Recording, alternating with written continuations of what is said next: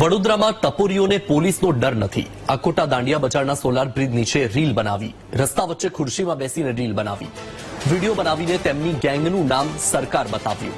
Video બર્થડેની ઉજવણીનો હોવાનું અનુમાન છે।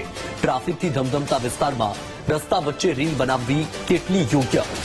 પોલીસ પેટ્રોલિંગની કામગીરી કરી રહી છે કે નહીં તે પણ એક મોટો સવાલ છે। તો આ દ્રશ્ય તમે જોઈ રહ્યા છો।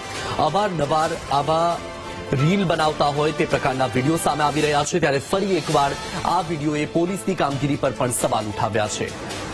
વધુ માહિતી મેળવીશું સંવાદદાતા માનુ પાસેથી। માનુ, અવારનવાર રીલ બનાવતા હોય તેવા વિડીયો સામે આવી રહ્યા છે, ફરી એકવાર એ જ પ્રકારનો વિડીયો। સવાલ એ પણ છે, રાત્રિનો સમય છે, તો શું રાત્રે પોલીસ પેટ્રોલિંગની કામગીરી નથી કરી રહી? વત્સલ, આ વિડીયોના કારણે પોલીસની કામગીરી પર પણ સવાલ ઉભા થઈ રહ્યા છે। આવારા તત્વો છે બેફામ બન્યા હોય એવી આ રીલ છે વાયરલ થઈ રહી છે। અકોટા દાંડિયા બજાર સોલાર બ્રિજની નીચે થયેલો આ વિડીયો છે। જાહેર રસ્તા ઉપર ખુરશીઓમાં બેસીને રીલ બનાવવામાં આવી છે। વાહનોથી ધમધમતો આ રસ્તો છે ને એના ઉપર આવી રીતે રીલ બનાવી અને લોકોના જીવ જોખમમાં મૂક્યા છે।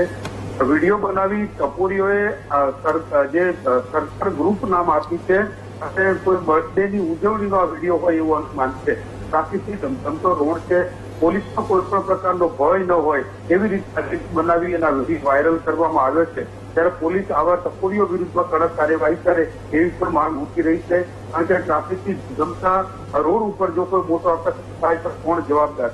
રાત્રે રીલ બનાવવામાં આવી છે ત્યારે તેના લઈને પણ અત્યારે સવાલો ઉભા થઈ રહ્યા છે। જી બિલકુલ માનુ, માહિતી બદલ આભાર।